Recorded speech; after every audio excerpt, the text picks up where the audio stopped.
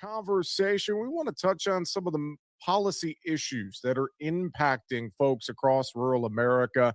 Pleased to have with us the president of Convention of States, Mark Meckler, is with us here on the show today. Mark, welcome into AOA, sir. It's great to have you with us. Thanks, Jesse. It's great to be with you.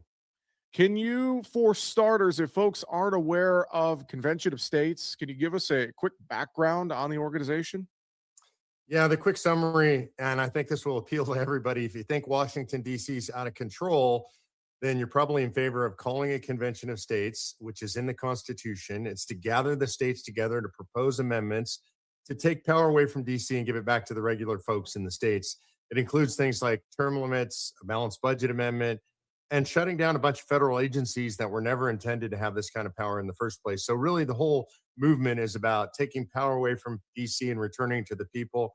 It takes 34 states to call that convention. So far, 20 states have done that.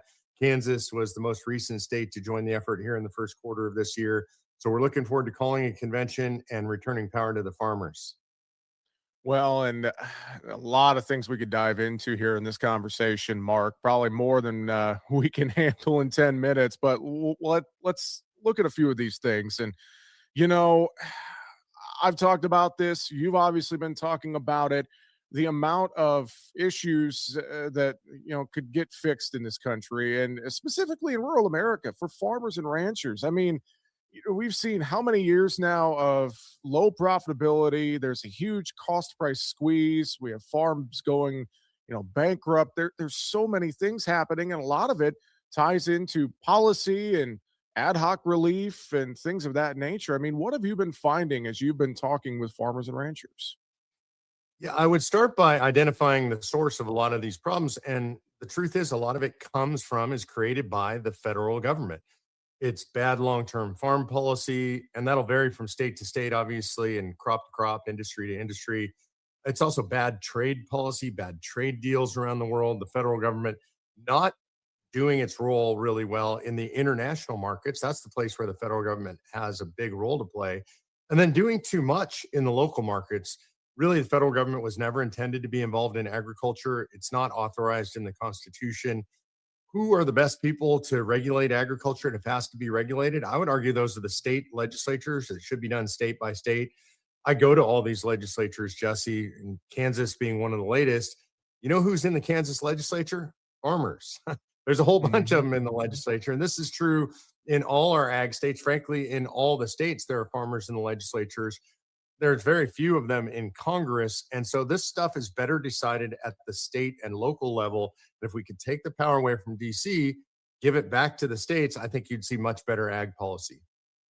Well, I think to echo your point, it's something that I've talked about a lot. Here we are essentially with a decade-old farm bill. You think about when this last farm bill was negotiated and then put into effect in 2018. I know they've passed things through the one big beautiful bill that were helpful, but they haven't finished the job in DC. And it's been a big concern, a big talking point. I think that in itself right there echoes your point, Mark, about some of this federal policy that just isn't getting the job done, it seems.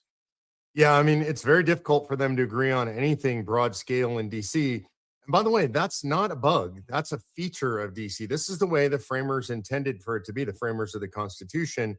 They didn't want DC doing a lot. They wanted it to be very difficult to get stuff done. So when you're dealing with really big, complicated things like the Farm Bill, it's almost impossible. And Jesse, you know about this stuff better than I do.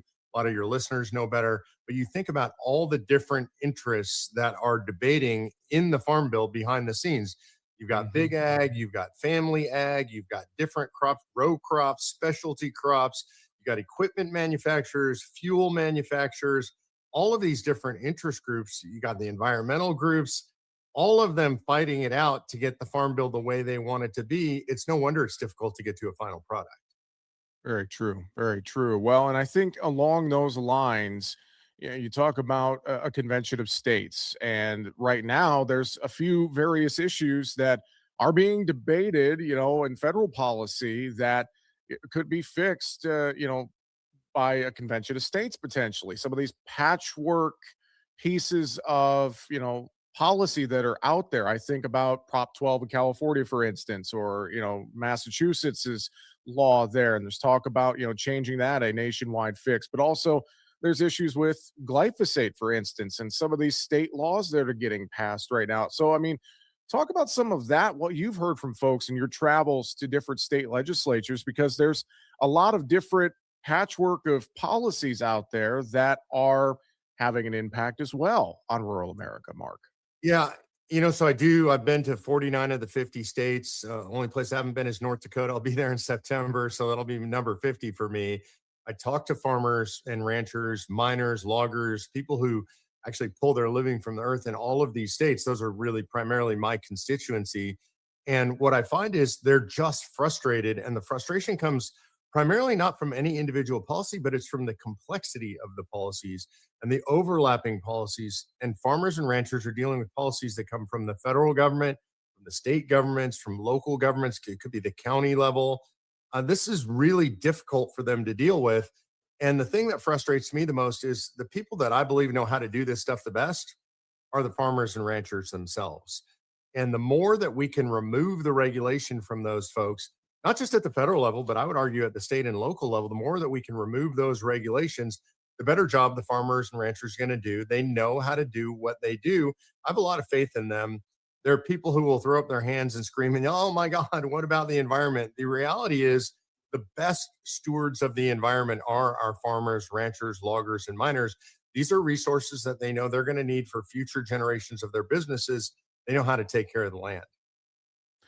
I know this could be a loaded question, so to speak, but thinking about moving forward, what are your hopes and prospects that we could get some meaningful change in ag? And I said this on my show here a few days ago, thinking about the need to let's get as many farmers and ranchers and ag stakeholders in rural America together as a collective voice to try and get some meaningful change here in many ways. I mean, we look at this political climate, you alluded to it right now. Can we effectively get some meaningful change for the better here sometime in the not too distant future, Mark? What do you think? I'm always an optimist, so I think the answer is yes, but I think there's two steps to that. You and I were talking about this right before we got on the air. One of the difficulties in the ag community, so many different interests, and they're always fighting each other.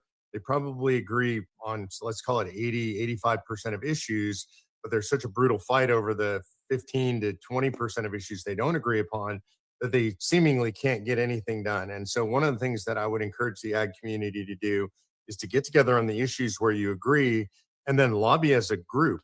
And by group, I mean a very broad group. One of the problems we have is we have small interest groups lobbying in Washington, D.C. By small, I don't mean the money they spend, but they're narrowly focused on particular issues. And if we got them all together in a room to agree on the 80% and go fight for it, we could get that stuff done.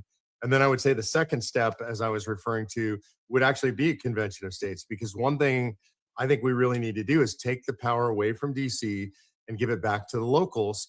Look, and I won't say that all the states are going to do a great job of this. States are going to vary. Maybe Massachusetts isn't great. Maybe California is not great. I don't know.